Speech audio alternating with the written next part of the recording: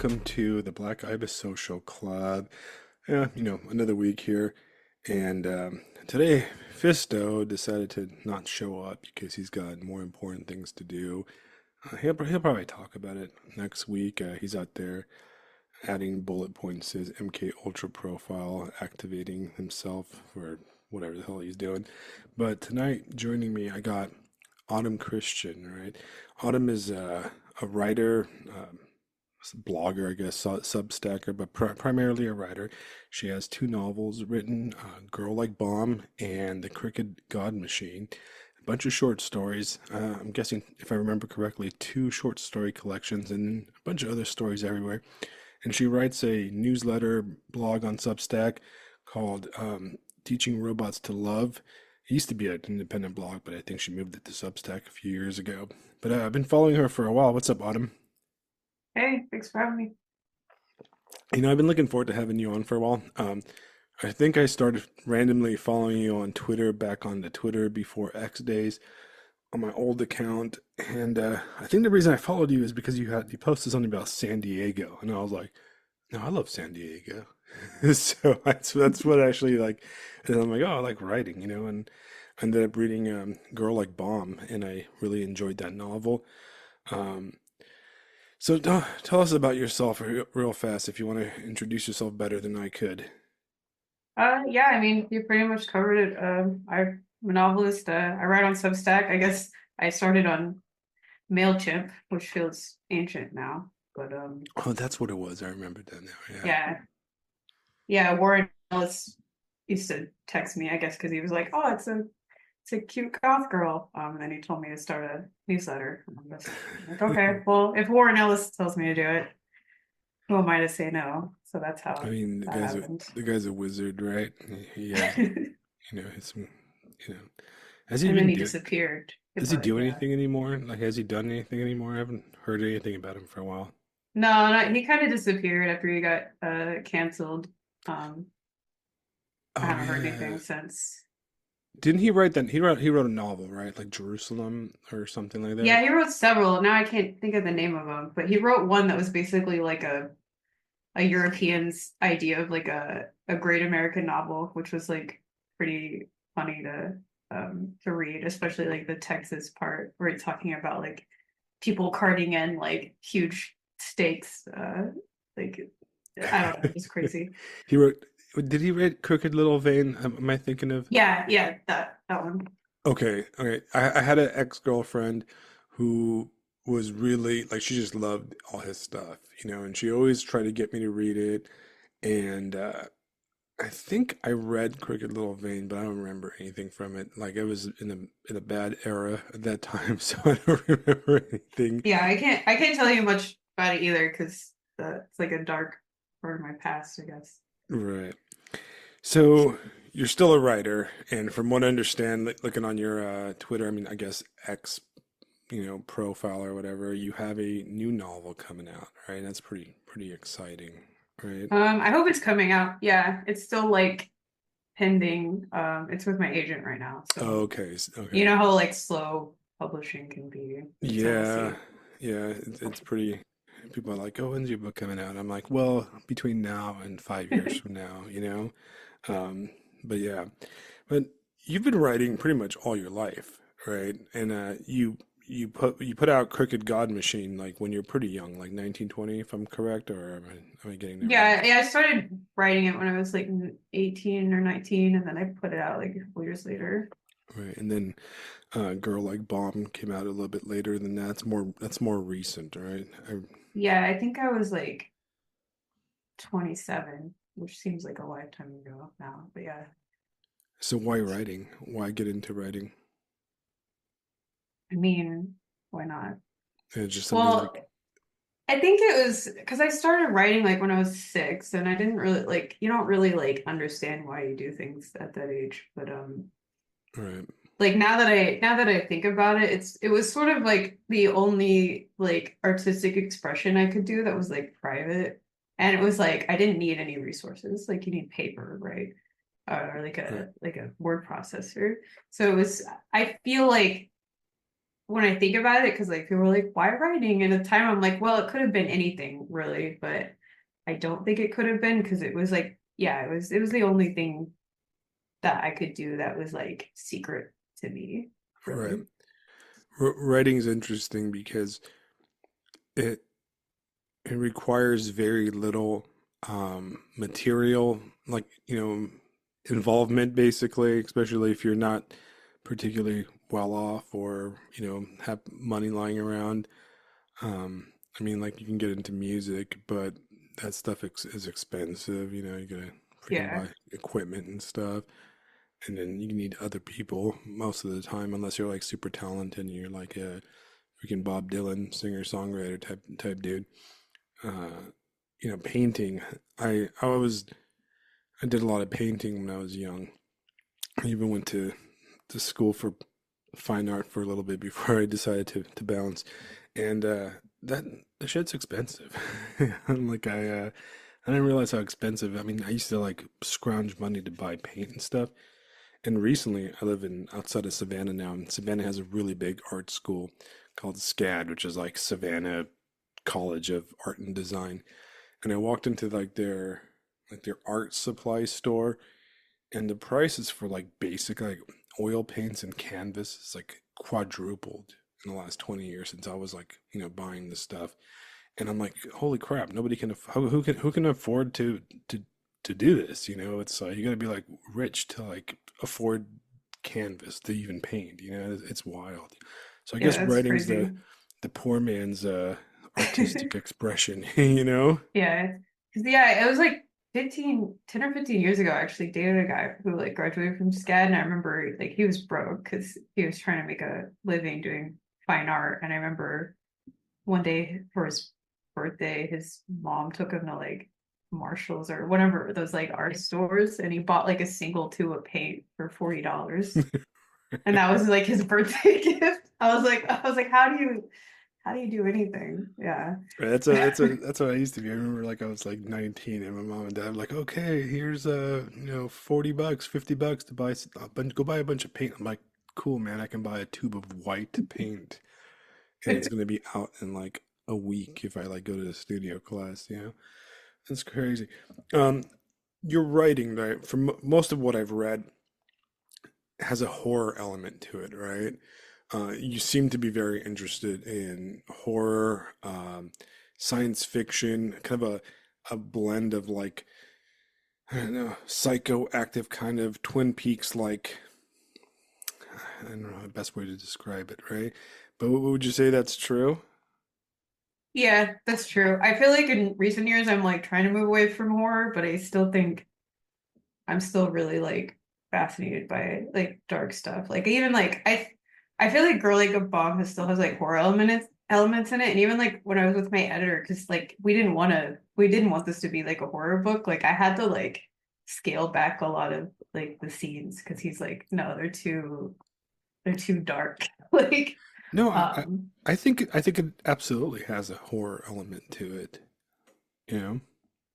yeah, because there was like I guess I don't want to give like spoilers or anything, but there's like a couple scenes where like the death he's like the deaths are too gory, like you gotta like tone it down a little bit. But I do think it is interesting how the horror community like picked that book up and like Right. now that I look at it through that lens, I'm like, yeah, it definitely has a like strain in it.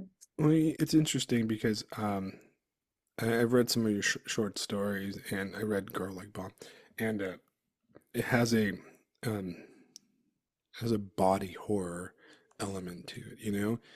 And you also wrote a story, and I'm sorry, I can't remember the title, but it was the one about the woman that turns into like a swan monster thing. Trying to think of the title. I think it was a swan next like swords. Yes, swan neck like swords, Yeah. right? Which was a It's very very like straight up body Cronenberg, I horror. Yeah. guess.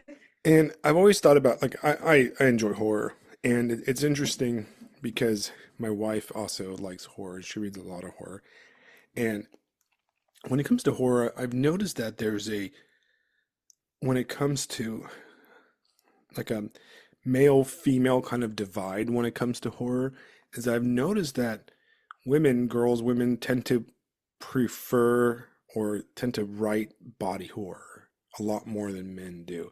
When the men does it, it tends to be like a homosexual man. For example, a lot of what's his name, wrote body horror, right? Um, and I always wondered like why is that? Why like why are women like attracted to the body horror? And I think that, in my opinion, I don't know if I'm wrong, I feel like women are more in tune with their bodies because their bodies, and I say they as in yours, right? You're more aware of them. I think young men don't think about their bodies at all until they're older, until we start getting old and falling apart. But women tend to really, you have a lot more physical changes in, your early life. And there's a lot of that. I mean, Girl Like Bomb is definitely like a coming of age body horror empowerment story all in one, And you think that's true at all? Do you think that's, or maybe I'm just full of shit? I hadn't I hadn't thought of that before, but like that totally like makes sense to me because I feel like I feel like both men and women are like capable of like violence, but like I feel like women's violence is almost like interior and like self-inflicted, and like they're always sort of like focused like inward, and I feel like men tend to be like focused more outward. And I think maybe like it's just because like yeah, there is so many like bodily changes in women, and that like you bear children, so it's almost like your body is like a mystery to you in the sense of like there's like a thing that's like gestating and like you're creating life, but like also like not like it's not It's like a thing that you control right. necessarily. So that would make sense to me if like that women are more like attracted to that thing.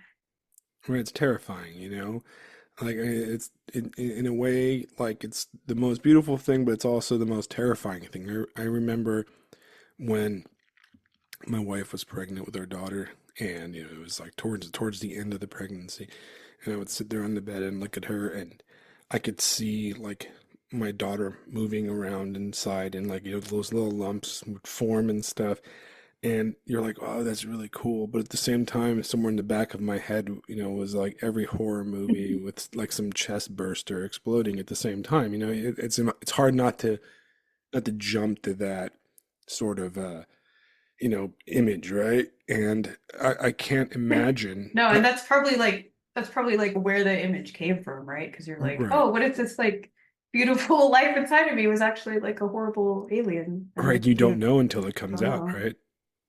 Yeah. Right? So I mean, I always think about it, and as a male, I don't, I'll never have that experience, right? And I can only imagine how, you know, bizarre and terrifying, at the same time as great, the idea of carrying a life that's moving, breathing, has a heartbeat and everything inside of you, that conceptualization does not exist in a male brain thought pattern almost, so I can see where there is a horror element to it. I mean, I guess you can, you have the same kind of thoughts about like, hitting puberty and starting your period and stuff and your body changing. And I can see that being horrible, and there's definitely a psychological element that males don't experience in their teenage years that girls do experience in their teenage years. And maybe that's why you guys are attracted to weird body horror compared to us. Yeah, I know. It's strange to me because I always thought like I liked horror because like I had like trauma or whatever, but like I'm watching my daughter grow up and like she'll watch like I'll watch videos with her on YouTube, and like lately she's been asking me to watch like spooky stuff. Like she'll be like, I want to watch like I want to watch Halloween. And I'm like, why does she like she's also scared of it at the same time. Like I have to hold her while she's watching it, but then she's like requesting to like watch this stuff. And I'm like, why does she want to watch like things about like ghosts and like vampires and like Halloween? And I don't like have a actual answer, but I think it's like because like women tend to be like a little bit more neurotic, that like the joke about like women like to watch like serial killer documentaries and stuff. Right. And I think it's like because like we had to be more neurotic because like we're like taking care of children. We have to like be aware of danger. So I think there's a part of us that's like, oh, like I have to pay attention to this, like dangerous. And I'm like, so like she's like fascinated by like scary stuff. I That don't that know. that makes sense. Some you know, I've told you, but all my listeners know I have a 6-year-old daughter. She's almost 7, and her entire life, all she cares about is horror. That's her thing. That's all she's cared about, like horror, um, you know, ghost, scary stuff. She likes, I let her watch very inappropriate, age inappropriate, like monster stuff. Like she watched the the thing when she was like 5, and it's stuff that's scary. And every night we sit down and we read, and all her books are like all she ever picks out at Barnes and Noble or the book fair at her school is like horror. Like she has all those like Ghosts in the Attic freaking books and all the Goosebumps, and that's all she likes, And all she likes is like Scooby Doo because it's got ghosts in it and monsters. And I've watched Scooby Doo on Zombie Island like 800 times already because of her. And every night she wants a story, and it's always a horror story. And she wants it scary. She wants it like, murdery and violent. I'm like, all right there. Yeah, it's great, but that's what she likes, So I'm not gonna deny it, yeah. So it's interesting. I was always into like the more like romantic horror stuff, like growing up I like vampires, like Anne Rice stuff, and like Lestat and that kind of stuff. I never really liked the Yeah. my wife likes to torture, like like Human Centipede and all those torture porn movies, like or like some serial, like the Saw movies and stuff. I can't stand those. I'm like, Oh Rob yeah. I Zombie. have such a hard time watching those because I don't think they're scary. I think they're just like disgusting. Right, they're like I don't know. scary and like the stressful way. They like stress me out. Like even like like the Rob Zombie movies, like the one with the clowns and stuff. And I'm just like, oh, like, I hate these movies. But Yeah. that's what my wife likes. Yeah, I So think I'm like you. I'm more like a Anne Rice person in yeah. general. Um. So in your writing, what, what writers inspire you? Like where do you get your inspiration, or what do you like? What kind of stuff do you read? I mean, I try to read everything now. Like I always sort of like I'll try to read like a current like book, just something like that's popular now, and then I'll try to read like a classic and just like alternate. So I'm always like trying to get like the breadth of human experience because I know you'll never read everything. But I guess when I was a kid, I was like your daughter, like I loved the Goosebumps books. And then I guess when I got like a more of a when I was able to read more, I think one of the first books I read Bram Stoker. I really liked Ray Bradbury. I feel like almost every like horror sci-fi writer of like my generation or older has like Ray Bradbury as like their inspiration. Right, like Um, the one with the carnival. The What was that one? yeah, something wicked this way Something we could, comes. yeah, and the autumn people or something like that. I like that. Yeah, October people, October yeah, stuff. that's I couldn't remember the name. And then Dandelion Wine, which isn't really horror, but it's like a It's like the same romantic. world. It's like the same people. Yeah, and I really like Philip K. Dick, like all of his stuff. He's probably like one of my favorites. I don't know. I try to read everything that I can. Do you like the Russians, like the 19th century Russian dudes? Oh yeah, yeah. Are you a Like do- they have like that like dark stoic like romanticism and like the realism. It's just I don't know. It hits me in a particular way. right, the whole misery, depression, alcoholism kind of blend all together. So are you a Dostoevsky or a Tolstoy person? I think people tend to be either or. I think I like Dostoevsky more. All right, so you're in my club. I'm a Dostoevsky fan. I was listening to like the Bret Easton Ellis podcast, and he's a Tolstoy guy. And I'm just like, I don't know, man. I don't like you anymore because of that. But it's It's been interesting. such a long time since I've read Tolstoy. I can't even really like say, but I recently reread the Brothers Karamazov, and I'm just like Like, why has anyone else tried to write anything Right. else? That's kind of how I feel. I've read it. I've read it twice, and you know what's interesting about that novel? I read it originally when I was like 18, and this was in my like angry atheist, mad at the world phase, and I identified with Ivan completely. Like I was an Ivan guy. I was like, oh, yeah, Ivan's right about everything. Fucking.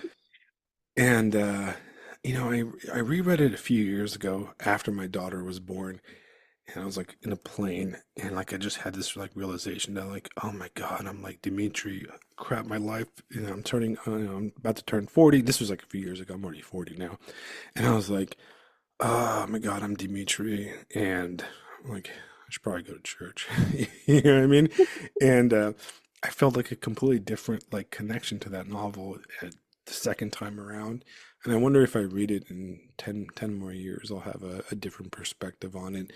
I actually bought the new translation last year, and it's like sitting on my desk. I haven't gone around to it. I've been trying to get my wife to read it, but I guess you have to come to it on your own.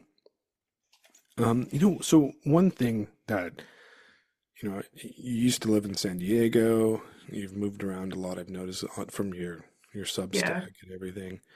Um, I'm guessing it seems like you moved to a smaller town. You've abandoned the big little city of San Diego, and one of the latest kind of developments is that you've become a lot more spiritual, more religious in your outlook on life, right? Like I think your latest post was kind of a rejection of prior atheism. I found that very interesting. I found a lot of your posts interesting. And the reason I say that is because I've had a very similar kind of experience myself in the last 5 to 8 years. And I find it interesting. And is that affecting your writing at all or changing? Well, okay, let me roll back because I'm kind of rushing through it. The biggest change in your life, what I've noticed, is that you've had a child, right? You've become a mother. When I would say that that's probably the defining thing, because Yeah. becoming a It, dad completely changed my life. So how does that has that changed your approach to writing? being a parent. Yeah. Um, so it's hard to say. Like, I haven't started a new project since she was born. So like, I started a novel like when I was pregnant, and then like I just finished it like a couple weeks ago. So it's like I'm interested to see like kind of like how different ideas will develop because I've just been working on this like same idea. I think I've had to like be a lot more resilient because like just in the writing like process, like I used to be like very precious, like I was like I can only write at like this time and like with these things. But I had to like toughen up and learn how to write like in different environments, and just be Right. more resourceful.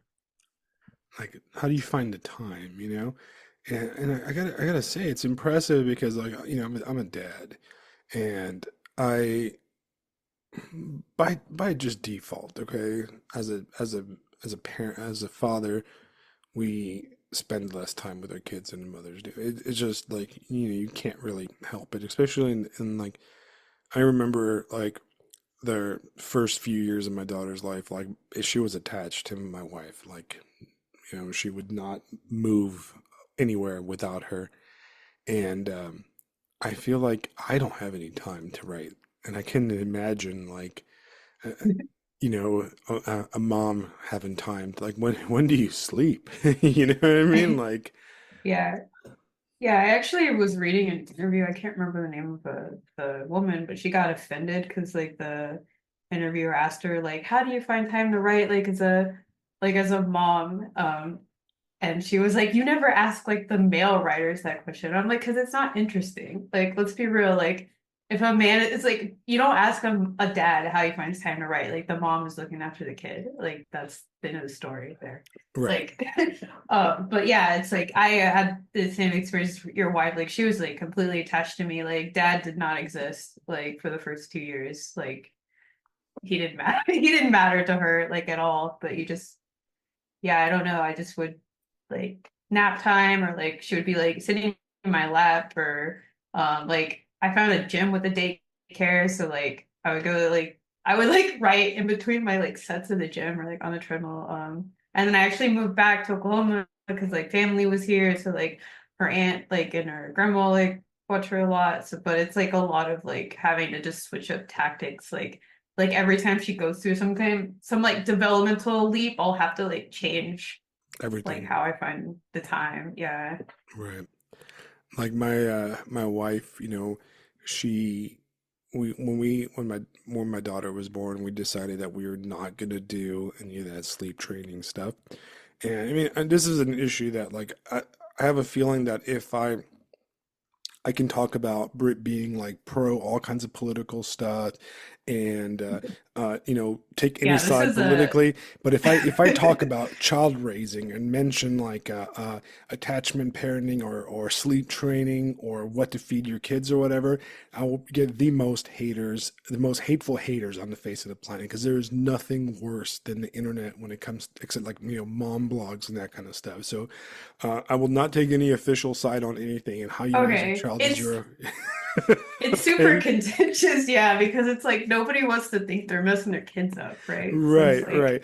yeah. No, it's just like you read any like blogs or anything, and you're like, oh my God, some of the most hateful, angry people on this universe like are into this stuff. And so we decided not to do, sleep training or anything like that. So, my wife did not sleep for like the first like 4 years of her life, Now my daughter's an amazing sleeper. Like I tell her a story and she passes out. But the first few years it was like we'd put her to bed, we'd come downstairs and she'd wake up, so we have to go get her and come back and do all this stuff and like it was a nightmare. And I can't imagine, I could barely write, let alone like my wife writing, and she was a freaking hero for doing all that. Um, and it gets better. Your kid's much younger, but now she's in school and she's a dance class right now. So she's doing that, and so I have a lot more free time. But I'm still tired, man. I'm not even gonna lie. I'm Yeah. still tired, because she'll be back, and I gotta put her to bed. I gotta, give her, help her out to take a shower and brush her teeth, and together, because she has like routines where I gotta brush my teeth with her and all this stuff. Not to mention 10 hours of regular life work, and it's tough. So I'm impressed by anybody that can juggle parenthood and writing, or any hobby or artistic profession outside of parenting. So definitely. But has it changed the way you actually look at your work at all? Yeah, I'm not sure. I'm not sure like I'll be able to answer that question until like a couple years from now because I feel like I've gone through some like fundamental like transformation. Like I feel like I went through the fire because I didn't sleep train either. Like I don't think that's real, but like I don't want to get into it. I don't want to bore people that like don't care about that stuff. Like but um I forgot. I lost my train of thought. What were we talking about? Like your perspective on your work and Oh yeah, like I don't know. I think I was just like I feel like I understand more about like people and like there's like more dimensionality like to the way that I understand things. I don't know. I don't think that's like translated to my writing yet, but it might at some point when I work on a new project. are you like afraid at all of like your daughter growing up and reading your stuff and being like, "The hell, you mom?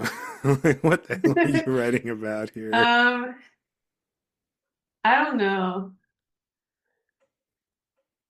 I haven't really like I feel like she would be interested, but maybe I'm wrong. Right. I think about it all the time, but realistically, my daughter would probably be like, "Oh, you write, Dad? Oh, that's cool." And Yeah. Yeah, I feel like that would be it. But maybe she'll be really into books. I don't know. yeah, Like, but that um to a certain degree, it's like the scariest person. I don't care about anybody else reading my stuff or coming across, these podcasts. And my daughter listens to it, and I'm like, oh my God, I'm embarrassed of my 6-year-old. Or she'll be like a teenager by the time she finds this stuff. I feel Um, like I feel like kids are always like a little bit embarrassed by their because like it's almost like the older version of yourself because it's like when you look back at yourself from 10 years ago and you're just like, what was I even thinking? Like, it doesn't, like, what was I wearing? Like, it's the same, I feel like it's the same thing. So I'm just like, no matter what, I feel like she's going to be like a little Right. embarrassed by me. I don't know. And it's interesting. I was thinking about that, like in, young people, because I'm turning 42 this week. Like on Friday I'll be 42, which is crazy. Um, but at the height of my teenage, early 20s, like degeneracy, it was before cell phone cameras and really before social media existed. Like, we had MySpace and like LiveJournal and stuff, but we didn't really have like the constant photography, pictures and stuff. So all the cringe ass like haircuts and goth club outfits I used to wear are not well documented. And when they are documented, they're like in like a friend's album or something like that. And sometimes they'll like scan a picture with their phone and send it to me. And I'm like, fuck, dude, delete that. Don't ever show that to anybody. Like I'm I like, oh mean, my God. I feel like, I guess the benefit of like, if everyone is cringe, then nobody is cringe. That's true. I think Like, if all of our bad, like, moments are online, then does it really matter? I don't know.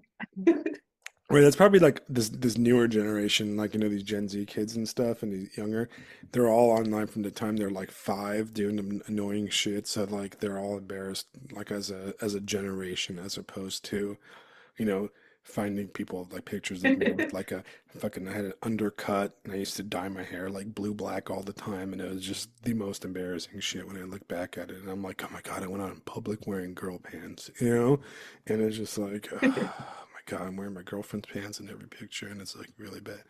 But like I said in a different episode, all the scenesters and hipsters and wannabe goths today, they don't know the struggle of growing up and trying to be like into like goth and like new wave and like death rock and stuff.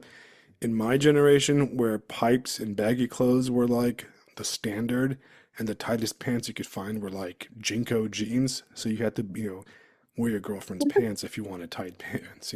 So I'm sorry guys, I had to. All Yeah, right. you had to be, um, I can't even think of the word. You had Because to have some ingenuity there. yeah, there was no skinny jeans when I was a fucking teenager, and it was like all baggy clothes. It was like a different era. So why leave San Diego and go back to Oklahoma? Did that change your perspective on life and stuff? That was so long ago. Let me think. What happened? So I moved several times since. So like I was in San Diego and my husband had just started like a company and it was like work from home like before COVID. So we're like at the time my grandparents were like not in the best health and it just felt like we should like be there and take care of them. So like we took care of them for a little bit and then they got like hospice care and then moved to Austin and then we went to Austin and then had the baby. And I'm like, this is actually before you have the baby, like you don't like people were always like, oh, you need a support system, you need a support system. And I'm like, I've never really like had that like around me. So I'm just like, whatever, it doesn't matter. But then it's like when you're like there taking care of baby by yourself, you're like, okay, it actually does matter. So then we Right. ended up moving back to Oklahoma. So So you moved closer to family. Yeah, it was. We had kind of a similar story. We actually, my daughter was born in Japan. I was living in Tokyo at the time, and we were like, oh, that should be fine. And then it wasn't. It was like, oh my God, it's impossible to like have a kid in a foreign country without any like friends or you know, anybody near. So we're like, all right, let's go back to California. So we moved back to Los Angeles for a little bit, and then we realized our family sucks. So we ended up just moving yeah. across the country.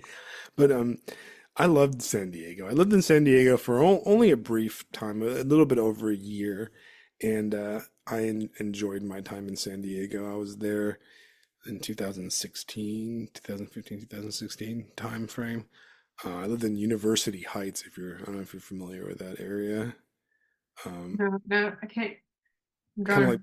I by live no, like near La Mesa, but I okay, was only there for like a year or yeah, two. You know where La Mesa was, like where the mall and shit is, right? Like all that stuff in the Yeah. kind of in the valley. University Heights was like in the hills above La Mesa, like up like the Oh, hills. okay.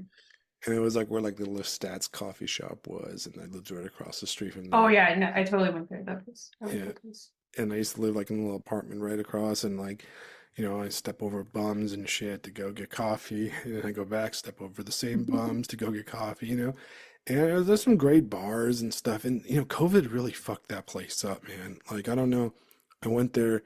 Because isn't that, if I remember correctly, like that's when you moved, right? Like, Yeah, I moved. I moved to Japan around that time, and then I came back to Los Angeles, and I went down to San Diego to visit a friend that moved to La Jolla, and she's not rich. She just moved to La Jolla, and it was so different after COVID. Like I went back there at the end of COVID, and like all the bars I used to go to, like Small Bar and all the like the little venues were gone. They like died during COVID, and all the restaurants were gone. And I was like, man, this sucks. Like it's horrible. Like how that like the whole thing like killed all the good stuff in that city. And like the homeless like crowd quadrupled in the years I was gone. And I was just like, it didn't get as bad as Los Angeles. Los Angeles is bad now. Like a few years before I moved to South Carolina, it was just like you drive down the 101 freeway and there's just like homeless encampments everywhere. But San Diego was like kind of like it was like the best of Los Angeles without all the bad parts of Los Angeles, and then now it's like catching up to being kind of as shitty as it's like just as expensive now too. So it's pretty wild. It's like unaffordable for anybody that doesn't make $1 billion a year. But yeah, yeah, I would like to live there again if it wasn't in California. right, right. Like You, I love going to the beach and like just out the weather and everything.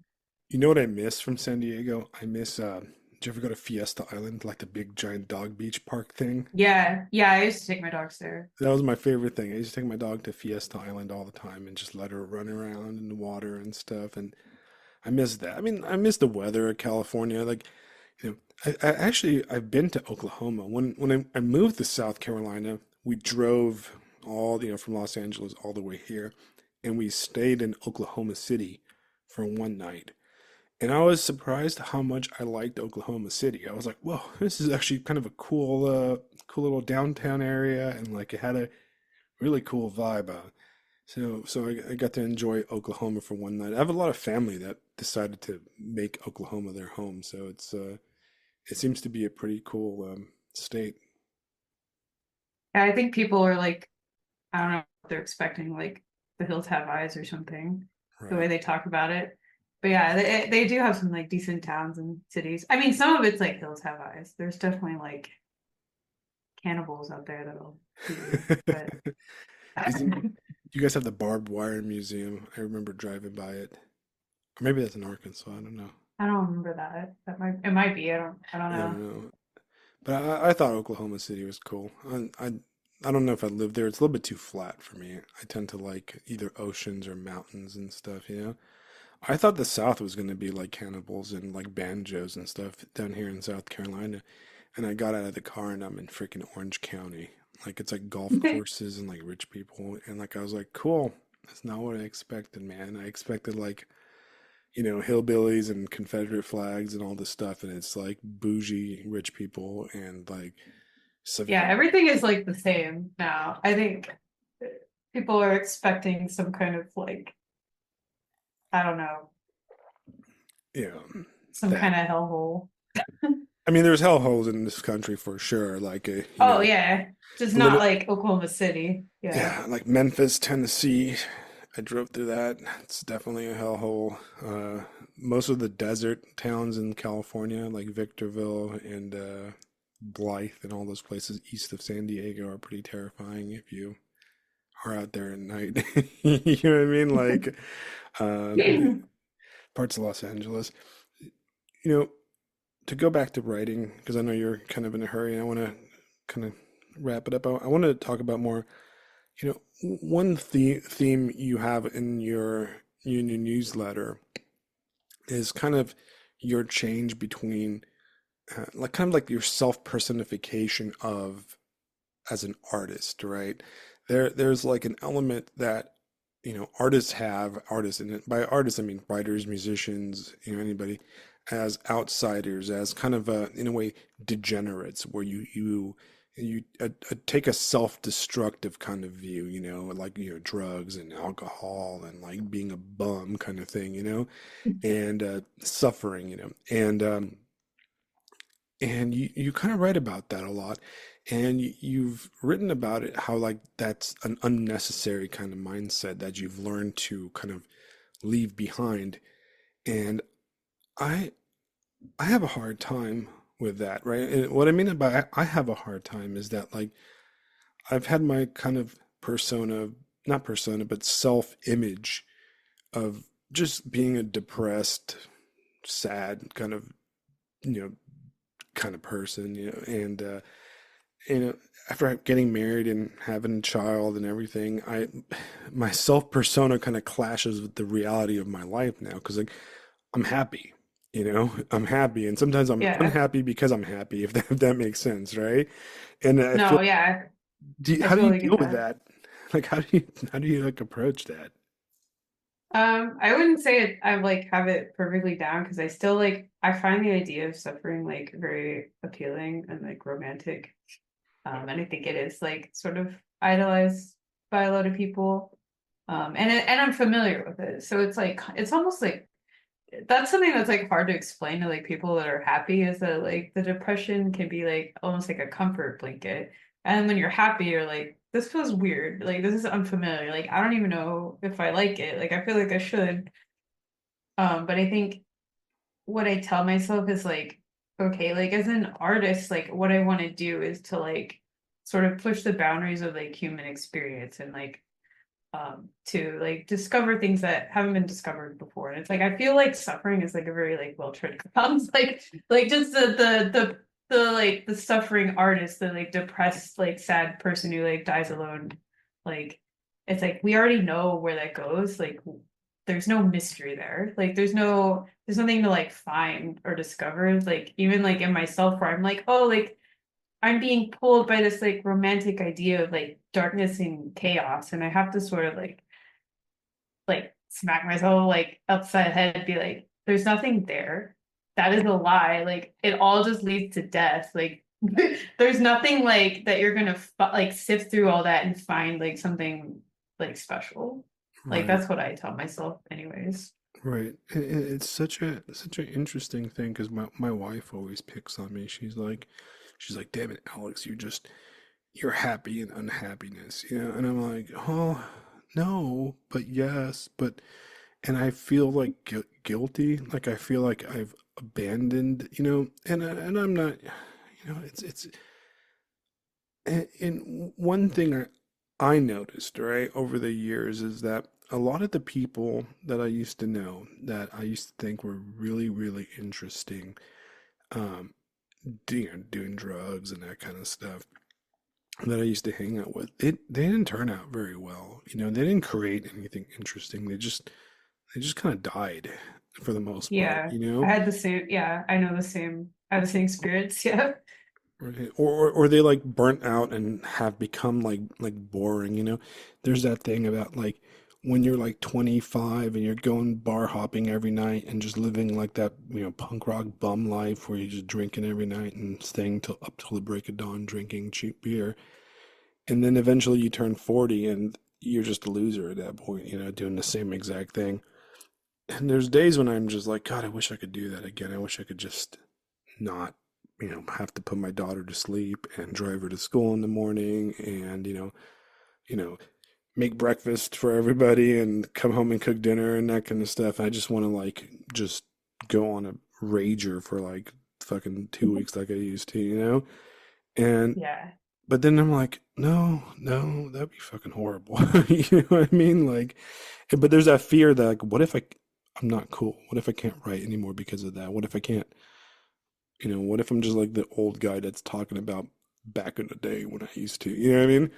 And it's kind of kind of Yeah. scary, right?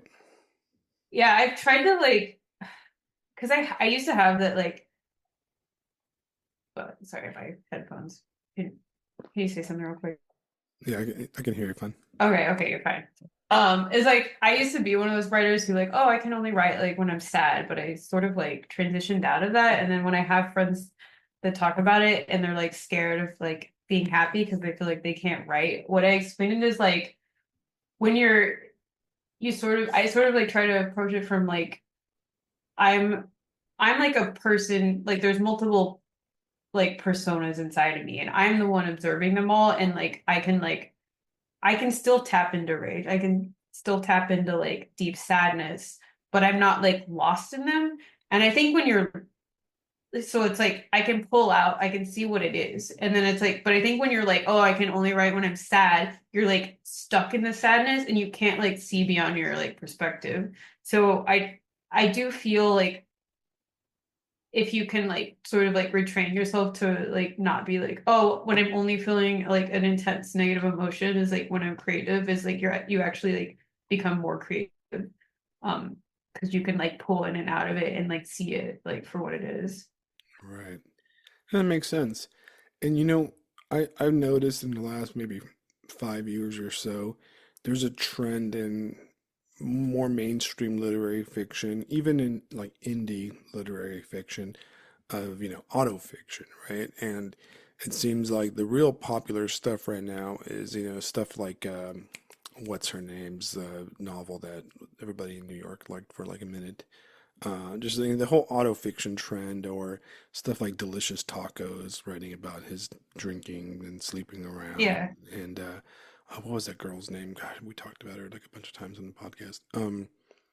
Like the internet autofiction kind of craze, and it's everybody's like lived experience made into like people are just basically publishing their blogs, and it's interesting because like that seems to be a very younger person, and I mean, there's some Gen Xers writing that kind of stuff. But do you find the autofiction stuff interesting? No. Um, I mean, no, I don't. I don't like it. I guess it's like I guess because I how do I even describe it? I just think it's like it's sort of almost like transcribing things without any kind of like self-awareness most of the time. Right. And I don't think like the things that happen are as interesting as like understanding what happened or like I think fiction a lot of times is like more true than like autofiction. Even you're like, this is a thing that really happened, but like you can't explain like why it matters or like why it's interesting. Or like it's not just interesting because it like happened to you, if that makes sense. Right, right. Uh, I mean, like, I'm thinking of Honor Levy. That's what I'm thinking of. That's like the Yeah, book. I haven't read her, but yeah, I know she I was popular for a while. I read it because I tell myself like I should read everything that's new and like people are talking about, because I kind of want to like keep up with the shit. And I didn't love it. I mean, there's a lot of really, she has great potential. She's really young, right? And it reads like if somebody published my life journals from like 2002, which is, that's what it reads like. But it's interesting. Like, do you think that a writer should have life experience, or can you be like one of those like shut-ins, like that's never experienced anything and just like everything is just pure imagination. It's a kind of an interesting thing that I always think about. Like, do you need to? Yeah, I mean, I guess I mean, I guess you have like examples of like both the extremes, right? Like doing of like writing great stuff. Like you have like H.P. Lovecraft, who, as far as I knew, he was like pretty like reclusive. Like a Uh, shut-in? Yeah, yeah, and then you have like, you know, like Hemingway. right. Like, But could Dostoevsky be Dostoevsky if he didn't go to Siberia and live in the gulag yeah, for like right. so Like many probably years? not. But I do think that like if you have the same life, I feel like there's like a sort of trajectory that a lot of writers take, and then it's like your writing kind of ends up sounding the same because like you do all the same things. So it's like if you want to be different, I guess have a different life experience, either be like a shut-in or go to Right. Siberia. Right. I don't want to go to Siberia at all. I have no Yeah, me desire to be neither. sent to a gulag or a concentration camp or anything like that. What's interesting is that when it comes to writing or the art forms in general, to me it always seems that like music tends to be a very young man's game for the most part. Like most bands and that kind of stuff tend to almost peak in their 20s, like their best albums are in this kind of like eclectic kind of raw, 20s. And there's tons of bands and musicians that last well into their 40s and 50s or even 60s. Like Nick Cave, for example, is one of my favorite musicians. And he's Yeah, same. knocking out stuff every year, but it's not the same. His like artistic peak was in his early kind of era. Now it's more eclectic, more weird, and that kind of stuff.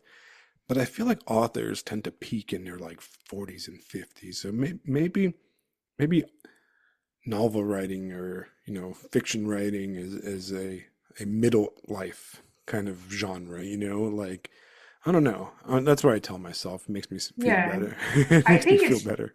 I think it is like a lot of it's like life experience because it's like to write a good story, you need to like understand like what's happening. It's also like there's no like writing prodigies, right? Like there's no like 3-year-olds that can write like Tolstoy. Like there's 3-year-olds that like can play the violin like amazing. Right. It's just like I think it's just like a very it's like deceptive because it's like anyone can like write out a story, but it's actually like very difficult to like do it well. Right. Like, cause like the technical aspects of the story, like, I've met people that I've found to be fantastic technical writers. They have great grasp of language and everything, but they have nothing to say. That when they actually sit down and write something, I'm like, there's just nothing there. And then I've met like shittier writers that have a lot to say. I'm like, okay, there's something there. The technique might not be great. Your grammar and your eloquence is lacking, and with some practice you can fix this.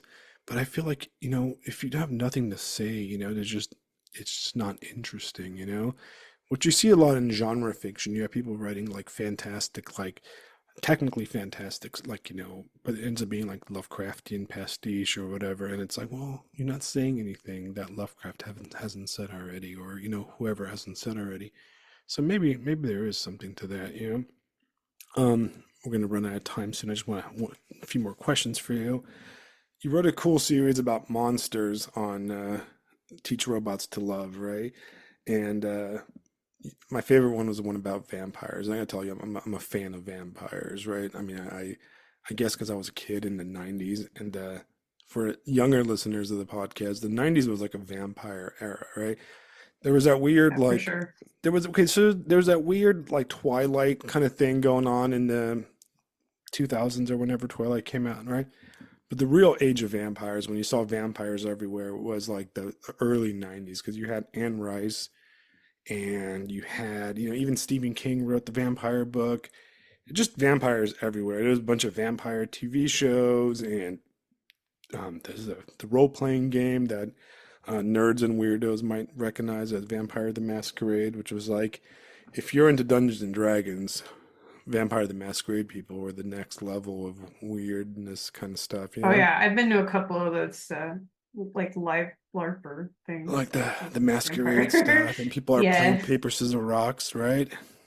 It's okay. I used to be into that too. Okay, and everybody was wearing like freaking leather trench coats and shit, and it was fun, right? But I love vampires, and um, you mentioned that too. So what is it about vampires that like you're into,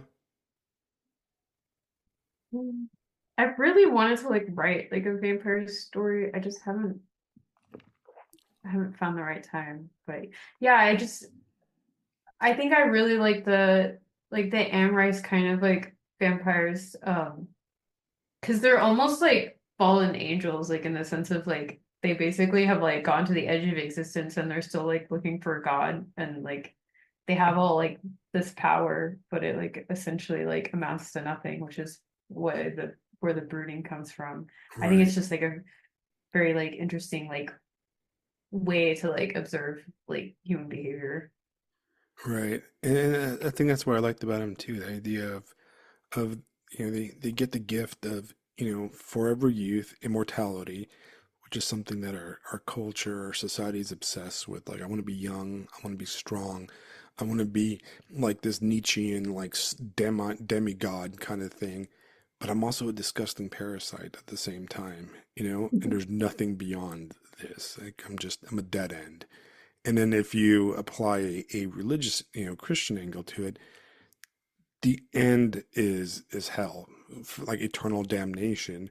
So you're basically stuck in this like limbo of like, yeah, I'm cool, but I'm also a pathetic parasite that like kills people. And it's like I think the saddest Yeah. thing in all the Anne Rice books is Claudia. Claudia like just hits. I mean, I don't know why. Like it always has bothered me my entire life. Like ever since I read the book and saw the Yeah. I movie. think you really feel like the spirit of because like Anne Rice's daughter like died. I feel like she really like infused that character like Right, with the feelings like she had for her daughter.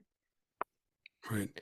And then you want to like Lestat, and I actually think Tom Cruise did a great job in the movie because Tom Cruise is probably Lestat in real life, and you're just like when you're young, you're like, oh, he's so cool, Lestat's a badass. He's like a very Nietzschean kind of Uberman, does whatever he wants. But you said it really well in your post where he like, no, he's kind of pathetic, he's kind of gross, like he has no transcendent qualities besides he acts like he's this badass god, but really he's just kind of a parasite. And I always kind of like that actually hit me. I was rereading that post yesterday, kind of preparing to talk to you.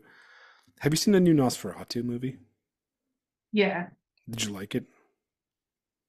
Yeah. On initial impression, yeah. Okay. It's kind of how that's kind of how I felt too. My friends, my coworkers, like, let's go do a movie night with all our work people. So I went and saw it, and I liked that he was kind of a gross like creep. You know what I mean? I was like, that's kind of cool. Like he's cool but kind of gross at the same time. I'm not sure I like the casting of Johnny Depp's daughter 100%, but overall it worked. All right, so we've been chatting for about an hour.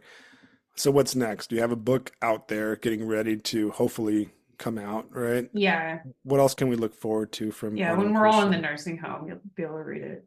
Okay, I look No, forward I'm to sure it. it'll probably be earlier than that. Right. Anything else coming out? Any new short stories you're working on or cool newsletter posts or anything to look forward to? Um, Not in the works, but I'm sure there'll be something soon. Awesome.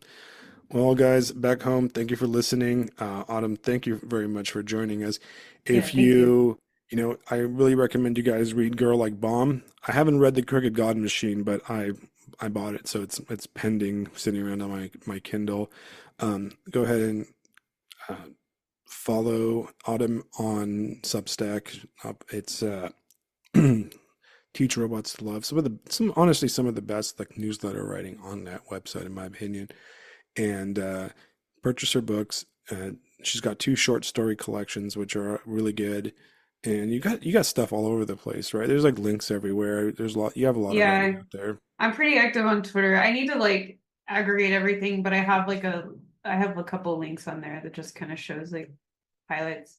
Yeah, I have many things consigned to the internet grid.